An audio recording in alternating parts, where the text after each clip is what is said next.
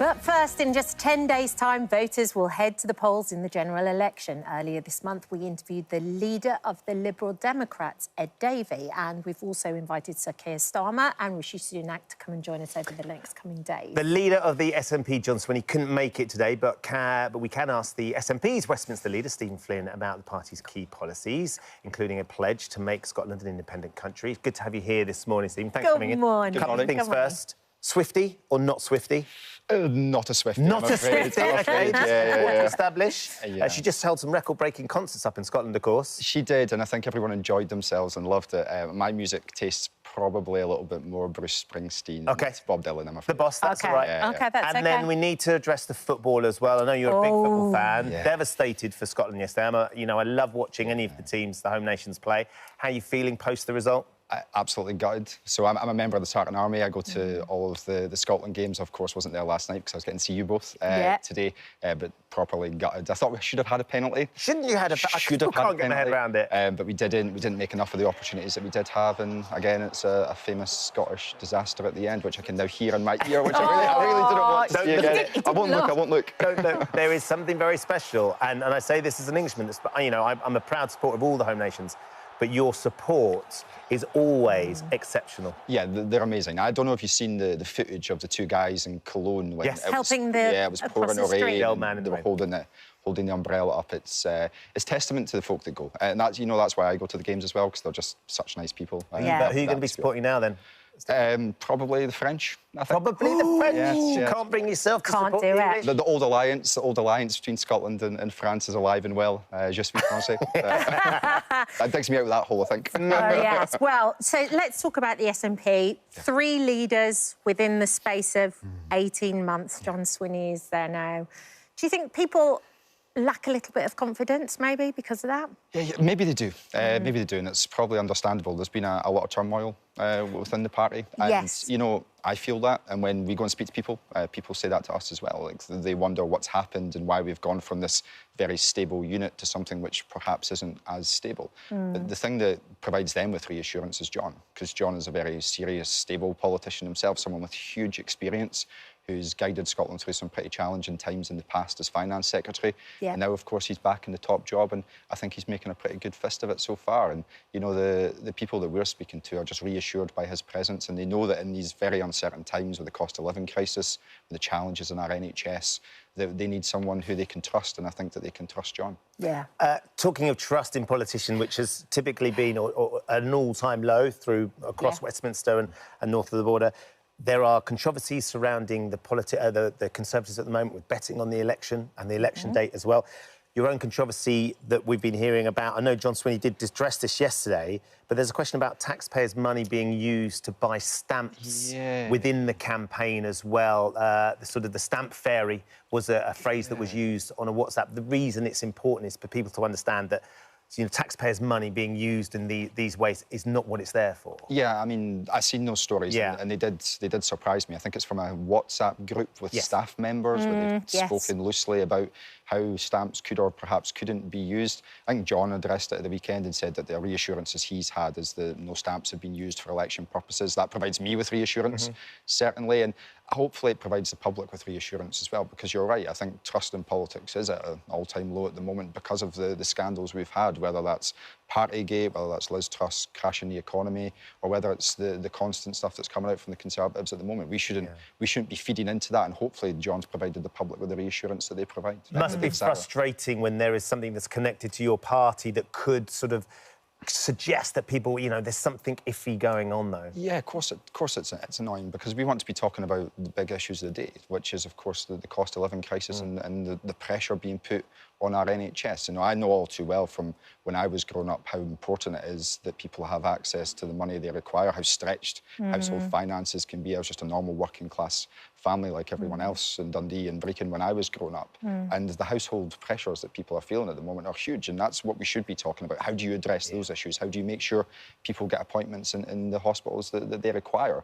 And when you're talking about other things, you're not talking about that, and that's really frustrating from my perspective as well. Yeah, because, Stephen, you had a disease when you were 13. You just mentioned it then.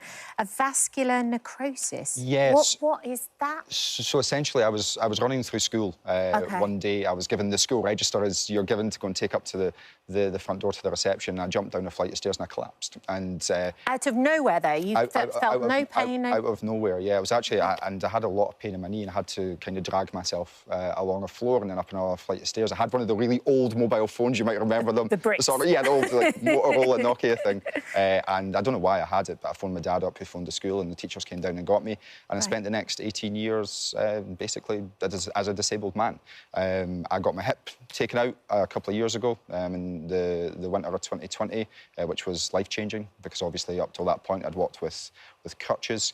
A vascular necrosis is essentially there's no blood flowing to the bone, so when I jumped down the stairs, the bone was so brittle that it wasn't able to support. So does it all just crumble and crack? Oh, yeah, effectively, and you end up with really bad arthritis. So I had osteoarthritis in my hip as well. So on a personal level, that was a huge challenge for me, going through my whole teenage years. Yeah. Everyone else is going out partying, and I was coming along, lingering and along. You wanted to be a PE teacher as well, didn't you? A PE teacher, a Scotland player, one of the two, and anyone who would have had me. But yeah, my life completely transformed, and I spent the best part of a year or two in my mid-teens just lying in a bed. I was on traction, where they pull your leg out and try and get the blood to flow, and none of these things worked. And it forced me to go and read books and go on to become the person I probably am today, because you develop a little bit of a thick skin when you're disabled. And they're all OK now, and you can carry your little ones on your shoulders? Yes, so that was one of the big motivations for me. It was to get rid of the pain, but also to be able to spend a lot of time with my kids. I've got two 4 and 2? Yeah, I've got 2 young boys. They're brilliant, and I wanted to be able to go to the park and run around with them, have one on my shoulders, have one on my back at the same time, and just be a good dad. And I wouldn't have probably been able to do a lot of things I can now if I was still walking with the crutches. I wonder then, Stephen, how has that informed your experience of life as somebody who had this really painful disability? In terms of how you look at rights for disabled people now in politics and the importance of that? Yeah, I think it's something which is massively overlooked, but it's not just disabled people, it's all vulnerable people right across society. We don't have a system that tries to lift folk up. And, you know, one of the personal things I experienced was a lot of abuse from people, simply for walking with a crutch. I remember getting shouted at in the street that I was at it simply because me and my wife were walking down the street and I was walking with a crutch. When you say at it, you were making it up, you were trying to take advantage of the system? Yeah, of course, some sort of benefits cheater. Like, when in actual fact I'd lived for the best part of 20 years in really, really bad pain. So you develop an understanding of society which perhaps others don't see, and hopefully that can inform the work that you're doing to try and make things better for everyone. One of the central tenets still with the SNP is independence for Scotland. I think in the last time there was a poll done, which was June of this year, there was still 53% of Scots said they wouldn't vote for it, 47% said they would vote for it. We had the independence referendum back in 2014 now, of course, when the figures were pretty similar. There was 45, 55, something like that.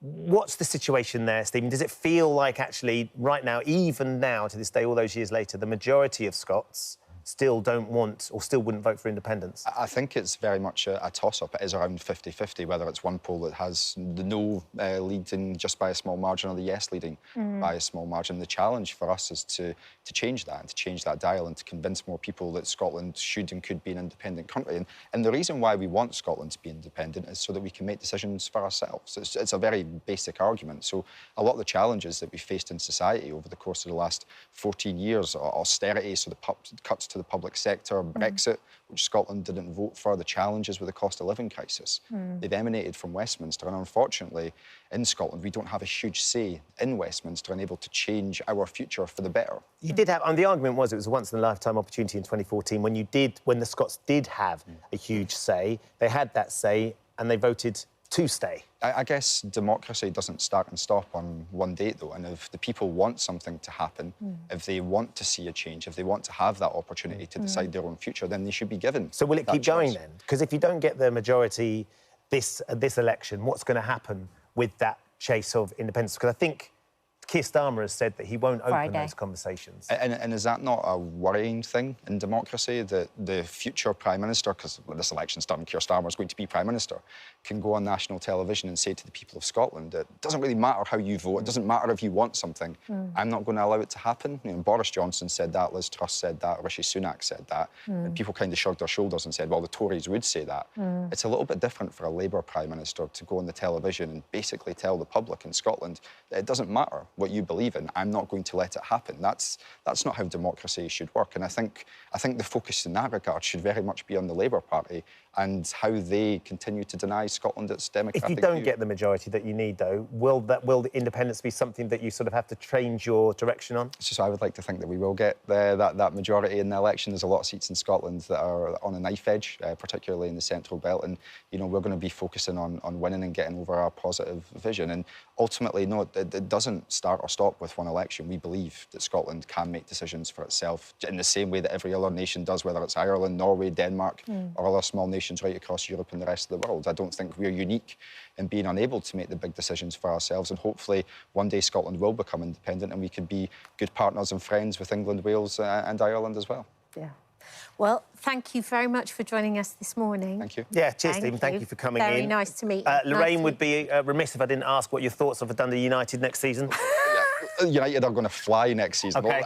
Lorraine is one of my footballing heroes. She's a big Dundee United fan like myself. Massive. But actually, what's more important is my sister said I wasn't allowed to leave Nikki without getting an autograph from you. So Done and done. Anything Done for and done. Nikki. Thank you. Nice to meet Stephen, you. thanks for coming in. Thank you.